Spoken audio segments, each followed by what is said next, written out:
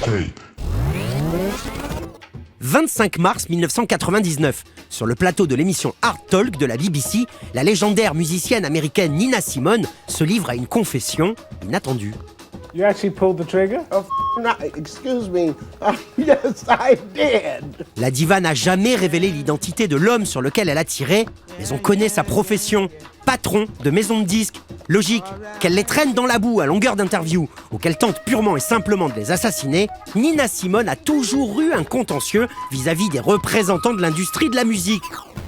Alors question, qu'ont fait les majors pour pousser une vieille dame respectable à la tentative de meurtre?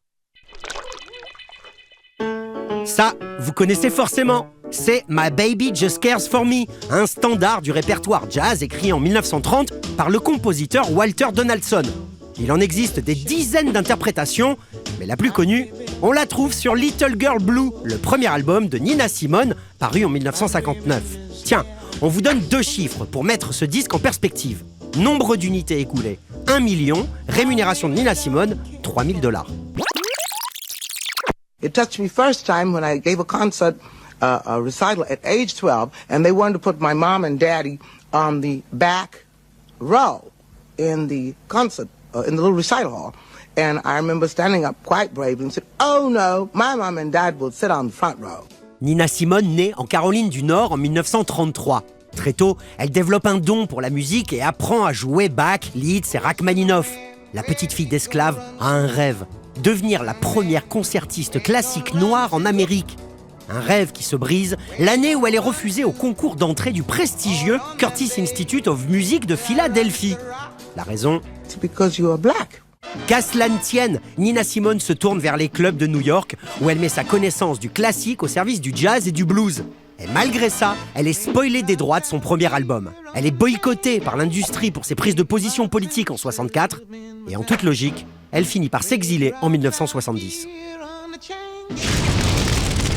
If I'd had my way, I'd have been a killer. Okay? That's true. I would have had guns, and I would have gone to the South and gave them violence for violence, shotgun for shotgun. Alors on a mené l'enquête pour tenter de déterminer sur qui Nina Simone avait bien pu tirer. On l'a dit, elle n'a jamais révélé l'identité de sa victime. Mais tous les indices pointent vers l'éditeur de son premier album, dont la réédition, à la fin des années 80, avait connu un immense succès, et sur lequel, évidemment, elle n'a pas touché un copec. Mais au fond, on s'en moque. Ce que révèle Nina Simone dans une autre interview réalisée quelques années plus tôt, c'est qu'en vrai, elle a toujours rêvé de prendre les armes. That's true.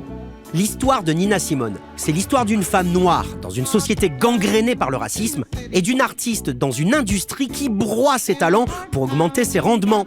Mais c'est aussi et surtout l'histoire d'une femme qui a passé sa vie à lutter, en mettant ses parents au premier rang de ses récitals de piano, en prenant fait et cause pour le mouvement des droits civiques dans les années 60 et en allant chercher ses royalties, l'arme au poing, s'il le faut. Oh yes! Sorry I didn't get him. Costaud quand même, hein? Et vous, vous en dites quoi? Oh, Cinnamon, where you gonna run to? Cinnamon, where you gonna run to? Where you gonna run to? All on that day